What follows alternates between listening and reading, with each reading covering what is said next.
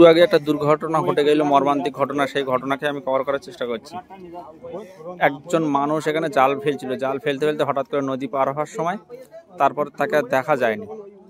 কি হয়েছে, কুমিরে ধরেছে কি, কিভাবে কি দুর্ঘটনা ঘটেছে সেইটা দেখানো সবাই কিন্তু চেষ্টা চলছে। চারিদিকে দেখো, চারিদিকে লোক কিন্তু ভর্তি, এপারে ওপারে কিন্তু লোক ভর্তি।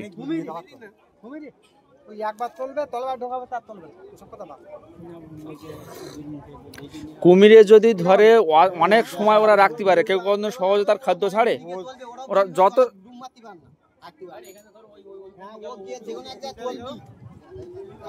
দেখা যাবে, এখন খোঁজ চলছে, যদি পাওয়া যায় তার সেই খোঁজই চলছে। কিন্তু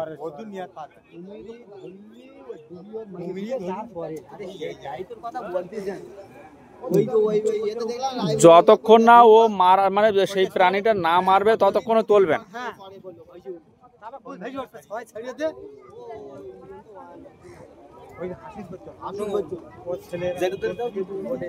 এ বোর্ডের কাজ না, দুটো তিনটে নৌকো এনে দেখতে পাচ্ছ।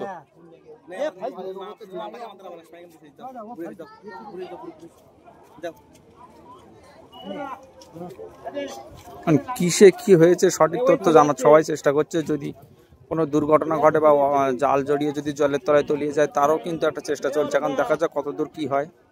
সত্যি সত্যি একটা মর্মান্তিক ঘটনা। আমাদেরই একজন চেনা পরিচিত, ওনার নাম সুনীল মণ্ডল।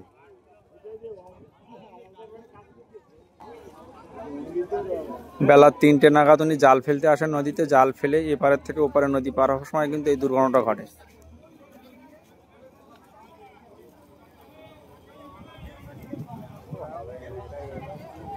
বোর্ডে এভাবে খুঁজে পাবে না, বোর্ডে পাবেই না। যদি কোনো নৌকো টৌকো নিয়ে আরো বেশি কি করছে, এই জলের যে মানে মেশিনের যে পাখার যে ঢেউ না গোলানো নয়, এতে আরো গোলাচ্ছে, আরো গুলিয়ে দিচ্ছে। 6 সিলিন্ডার এই মেশিনের যে তোমার এই জল ঘোলাচ্ছে, এতে আরো ঘুলিয়ে ফেলতেছে। তো সেইটাই তো বলছে, এরা ভুল করতেছে নৌকো নিয়ে। এখন কিন্তু খোঁজ চলছে, দেখা যাক কতদূর কি হয়। আমাদের চেনা পরিচিত ব্যক্তি, উপারে শান্তিকাশির পারে বাড়ি, সুনীল মণ্ডল ওনার নাম। এখন কিন্তু নদীতে নিখোঁজ আছেন উনি। তল্লাশি চলছে এখন, কারণ অত বড়টা ইয়ে বাজলি। ওই যখন ইয়ে ছিল তখন ওই যে দুই ধারে দড়ি দিয়ে যদি বসি টানা দিত, ওই তো তোমার জাল টানার মতো সব জায়গায় জায়গায় দোনের বসি যেরকম গাঁথা থাকবে, ওই দোনের বসি মাথা মাথায় ধরে টানতে হতো। আমার বাড়ি বন্ধ গেলে হয়ে যেত, আমার বাড়ি বন্ধ ওদিকে আর যদি